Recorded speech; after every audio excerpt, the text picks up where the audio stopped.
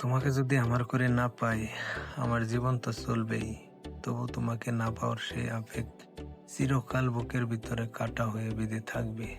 তোমার হাসি, তোমার রাগ, তোমার অভিমান সব শুধু স্মৃতি হয়ে থাকবে, যা আমাকে প্রতিদিন পুড়িয়ে পুড়িয়ে মারবে নীরবে।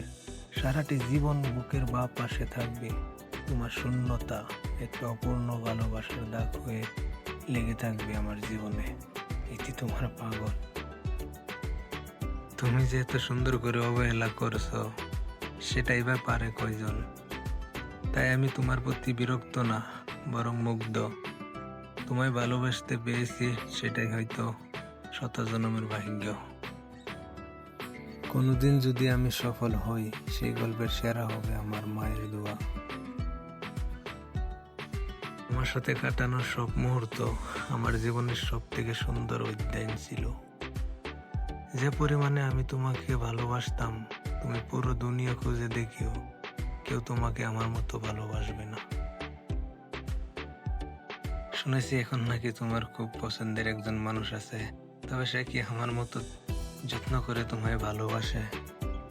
এই যে তুমি অন্য কাউকে ভালোবাসো, সেটা জানার পরেও তোমার প্রতি আমার ভালোবাসা আরো বেড়ে গেল। তার বেলায় কি এমনটা হয়, নাকি তুমি তাকে মানিয়ে চলতে হয়? জীবন নিয়ে স্বপ্ন দেখা খুব সহজ, কিন্তু স্বপ্নের মতন করে জীবন সাজানো অনেক কঠিন রে ভাই। এই যে ছোট্ট এক জীবনে কত মানুষের সাথে পরিচয় হয়, আবার অপরিচিত হইয়া যায়। তাদের কি আমাদের কথা মনে পড়ে না, যেভাবে আমার মনে পড়ে?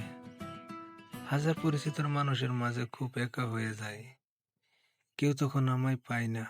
কত কথা অনুভূতি একা রয়ে বেড়াই, হাসতে থাকি সবার কথাই, সান্ত্বনা দেই কতজনকে, তবে আমাকে কে একটু সান্ত্বনা দেবে? পাশে বসে অনেক যত্ন করে কে জিজ্ঞেস করবে, কি চলছে তোমার মনে, কি হয়েছে তোমার? চিরকাল এই হৃদয়ে ছটফট করবে তোমাকে না পাওয়ার যন্ত্রণায়। সবসময় কান্না করব, কিন্তু কোনো আওয়াজ করব না। প্রতিটা লাইন তোমার জন্যই লিখব, কিন্তু তোমার নাম লিখব না। এটা সত্যি, ভালোবাসা বলতে কিছুই হয় না, তবে মায়া বলে একটা জিনিস আছে জানেন তো? আমি পড়েছিলাম কোনো এক মায়াবতীর মায়ায়, তবে তার রূপ কখনো দেখিনি আমি, শুধু তার মুখের ওই মায়াবিনী হাসিটার মায়ায় জড়িয়েছি নিজেকে। কিন্তু আজ দেখেন আমি বেশ সুখী, না ঘুম আর না আছে কাউকে হারানোর ভয়।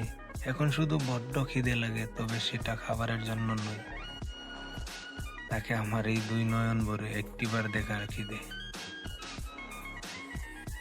ওহে আমার শখের নারী, আপনাকে ঘিরে লিখতে গেলে আমার শব্দরা কখনো ফুরাবে না। জগতের সব থেকে দামি শব্দের একটি হলো ভালোবাসি। এই চারটি শব্দের বিশালিতা ঝর্ণাঝর্ণির হৃদয়ের ফুলের বাগান তৈরি করেছিল।